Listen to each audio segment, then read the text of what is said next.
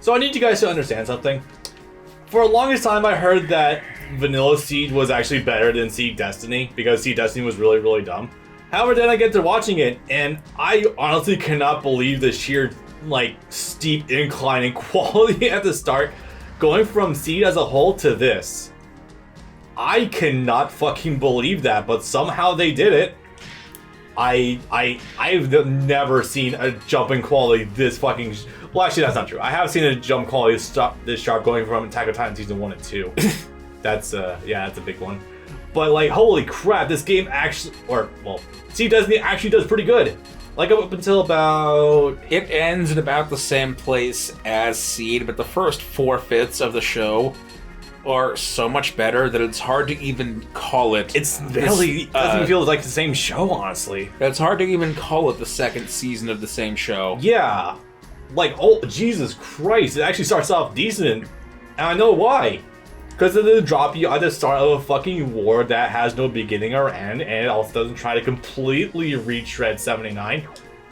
I mean, also, don't get me wrong, this is just pretty much 79, but with fresh coat of paint. This tries to be a little more unique. Also, the characters you're introduced to are actually characters and not plot devices. Yeah.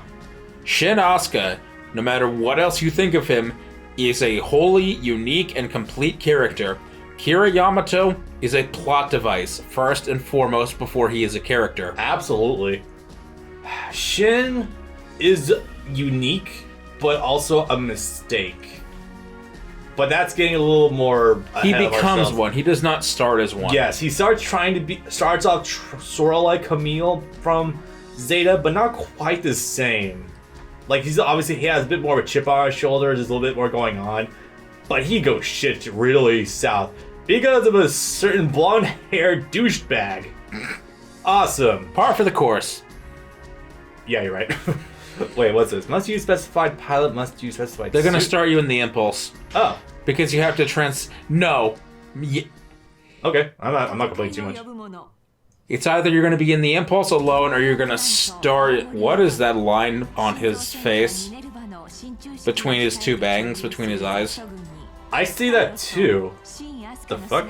That's not a shadow. That's a different color. That's a yellow color. Between his eyes.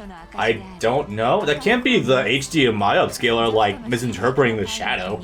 I don't think that would have been a thing either way. Weird. Let's see if it persists. Oh, Kaggle is normal. So they're either going to start you in the Zaku Warrior and then transition you into the Impulse, or it's just going to be the Impulse. I think it starts you in the Zaku Warrior and then puts me in the Impulse, if I remember that correctly.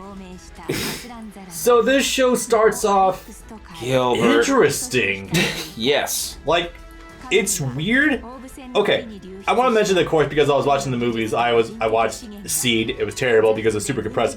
But then, in a weird moment of brilliance, Sunrise decides to make the movies for Seed Destiny 4 movies and not 3.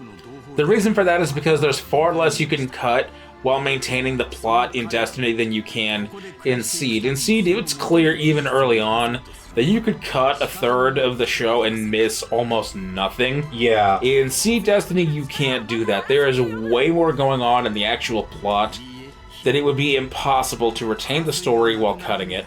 Yeah, essentially, and like I mentioned this earlier when we were getting into Seed, but like I feel like with the amount of stuff that didn't need to be cut and how much it was allowed to breathe, I feel like I have actually watched Seed Destiny in its entirety over the course of like 4 movies, and it's so bizarre because like maybe that's skewing my perspective to make me enjoy Seed more than I actually did, but like legitimately I feel like I actually understand the story a good amount.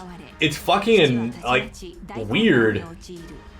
I'm sorry, I missed all of that when I realized that, well, Aul and Sting are in normal suits, Stella's in a dress. Yeah, that's weird. Okay. Because why make multiple portraits when we're trying to sell Big Titty Girl? And another one of the big reasons why Seed Destiny starts off so good is that it starts slow. Like, again, not starting with the fucking war. It starts off with Athrun and Kaggle and no Kira in sight. And immediately, that's a big step up. Like, I don't want to dunk too hard on Kira. We don't get But introduced to is- Kira for a long time. We don't. We see bits and pieces of him, but like, there's nothing really shown for him ever. And frankly, that is the most refreshing. They really try to turn Atherin / Alex here, nice alias, into like Quattro. Alex Dino. Oh god, that was his last name, wasn't it? Also, you're playing as a Zaku? Yeah. This is a Zaku boy.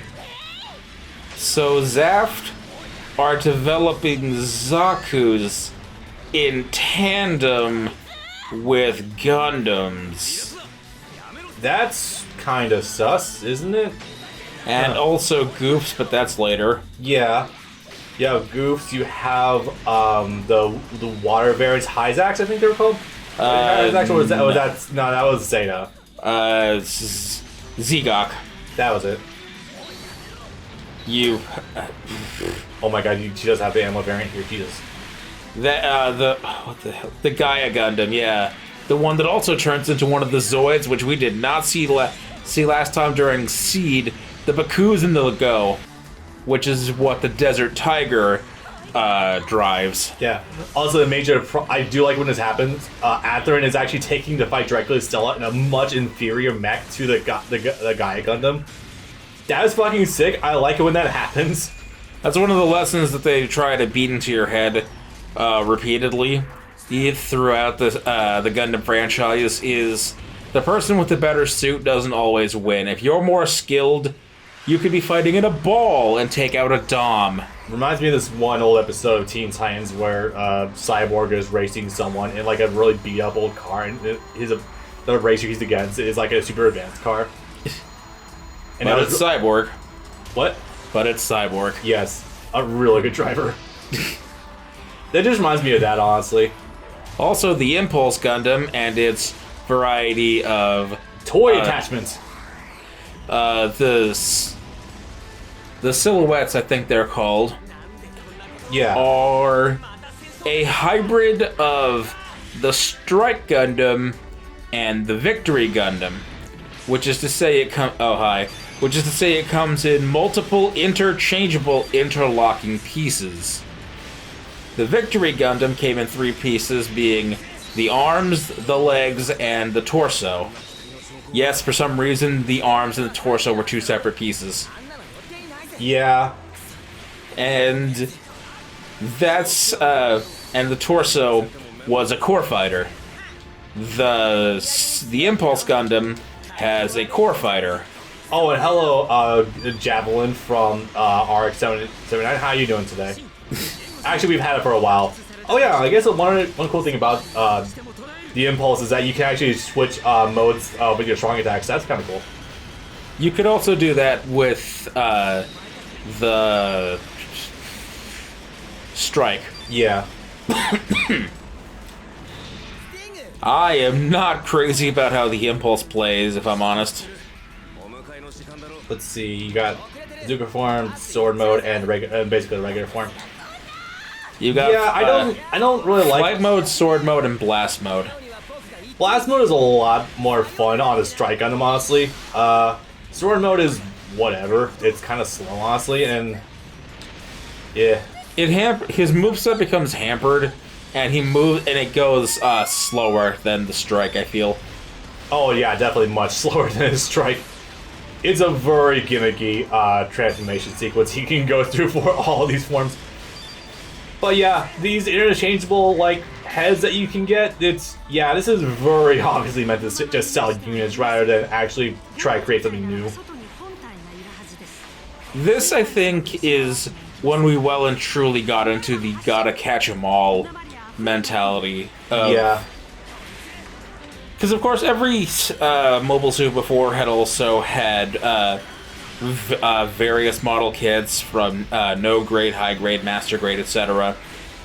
to, and of course, mobile suit variations and whatnot, but it was never this blatant that you're supposed to own 4 of the Impulse or of the Strike. Yeah. Then when you see them carrying a variety of different weapons that cannot be used multiple at the same time. Yep. Like, yeah, it's very much a collector set. Like, look at your Bionicles back in the early 2000s, pretty much. Like, that's the biggest thing I draw me a comparison to, because that was, like, the toys of my childhood, personally. There's obviously, like, more parallels to be made with Transformers. I think this is the most marketing that Sunrise had tried to do since the days of the age with Transformers. If I had to liken it to anything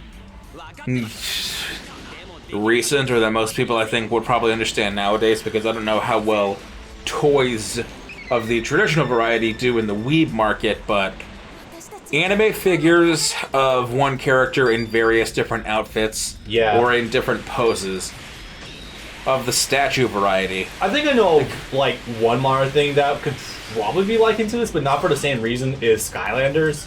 Amiibo, yeah. Well, I mean, they can't be, like, physically customized to this degree because they're more, like, game-based these days, but it's definitely, like, sort of, like, more like the same mentality, like, oh, this is so cool, I can do these things, and again, they're marketing this cool shit to me, I'll take it.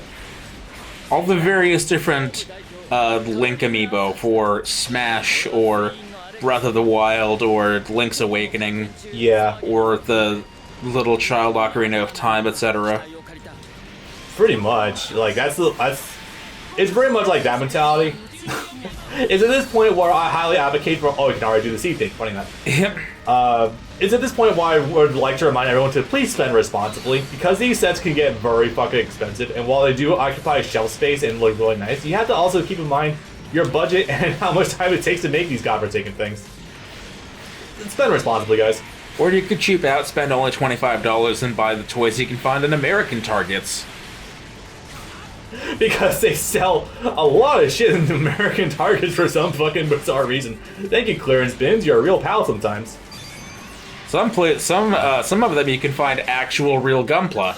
Some of them you can find the pre-built figures where you just configure the weapons, called the Gundam Universe toys, and I have all but 3 of them of the 9 currently released. The only ones I'm missing are Tall Geese, God Gundam, and the RX-78.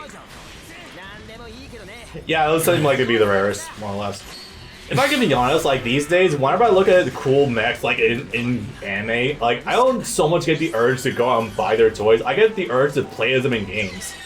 Like, yes. Obviously, I'm probably a much different demographic by now because of my, like, older age, and I know how to spend responsibly on shit. Especially if I'm going to play it, like, once. But, like, you think maybe they could appease to my demographic, maybe? Because, like, there's a market there to play as this shit in various games. That's what nowadays the Gundam Versus series is for, and many years back, I guess, what Warriors is for. Because Reborn is, for all intents and purposes, it's the Dragon Ball Z Budokai Tenkaichi 3 of its property. Or at least it was at the time, anyway. Yeah, in essence, with all the shit they just tossed at you to cover the bases. I'd be lying, though, if I said in the last year or so that while I have not actually bought any of them, that I haven't, say, added 4 to 40 different Gunpla to cart on Amazon. I'm not judging at all. There's only like a hand. I don't even really know how like Gunpla handles. Like, I've never really owned one. I know you haven't really completed any. I wanted to, but fucking some of the core pieces on that Quantum broke in the box. Yeah. And you can't make refunds at an anime convention. Pretty much. That's like a buyer. That's definitely a buyer beware sort of situation right there. There. Hello, Neo. Not Neo Roanoke. Haha, because the man disappeared. You get it? It's named after a 17th century town that mysteriously disappeared. A colony, no less. A whole island. Just mysteriously gone with no trace of a struggle. Ha! How about that shit? It's pretty much speculated that people just kind of left for some weird reason, but yeah, no, there's more than one story type thing out there that's used the word Roanoke to refer to something similar to this. It's kind of uninspired at this point in time, but it's whatever. I think it's a type of tree also. I think they're very much going for that old tale of colonial America. That It too. evokes the same imagery. That too, but I think there's also a tree by that name. Maybe you're just getting confused with an oak tree. I don't know. I don't think there is a tree called Roanoke. I could be wrong though. No, I don't know. I'm not fucking buying this. I'm pretty sure botanist refers to flowers. Well, I'm pretty sure that that also refers to trees to some degree, so fuck it. Hooray, we successfully protected a Zaft colony from invasion. Yay. So, we Also, start off with something- 3 mechs being stolen. I have never heard of this before in my life. Looks like Quattro and the Titans. You know... I had a thing and I lost. Oh, by the way, yes, the animation is way better with the art style for Seed Destiny. It's cleaner now that the year is 2004. It's cleaner, it's not as garish on the eyes with the obvious, like, fuzziness and mistakes of animation. Like, even Shin doesn't look too bad. Like, obviously the art style still makes everyone look like they're 10 years old, but hey, it's something. Oh, I love this scene. Shin calls out Kaguri on her bullshit. We're just trying to help. Your help killed my parents. Yeah. Also, that's a funny thing, is that Shin was born on Orb and lived there for at least 14, 15 years, and somehow he joined Zaft, which is to say somehow he went out to outer space and joined them and got to the rank of being an actual pilot within a year or two. I think he probably, the fucking reaching that rank in that 1 year, god fucking damn it. Also, if you were going to join anyone that was Orb's enemy, why not the Atlantic Federation? Yeah, Because right? they're at least on Earth. That's less of a trip than outer fucking space. And you know, the funnier thing is that, as shown on screen, even in the movies especially, oh hey, this role, I wonder who this could be. I don't know. This is weird. But, his parents were killed by the Freedom Gundam. Yes. And granted, not directly, but accidentally. They were caught in a blast zone. They were caught in a blast zone. That's no one's fault right there. Also, partly Zap's fault because, you know, getting They were caught hiding up in in- battle in a civilian territory. They were hiding in a forest. Yes. And he was spared because he went to go and pick up his sister's cell phone, which she dropped. Yeah. And thank Christ that he decided to go and be a real nice older brother and pick up that dropped cell phone, because if he didn't fall off that cliff, he would have been nothing but the remainder of a hand. Not necessarily. Okay, so, well, yes, but if they didn't stop to get the cell phone in the first place, then they probably would have all lived too. That's the fucked part. Yeah, I guess they did wait for him. Yeah, they did.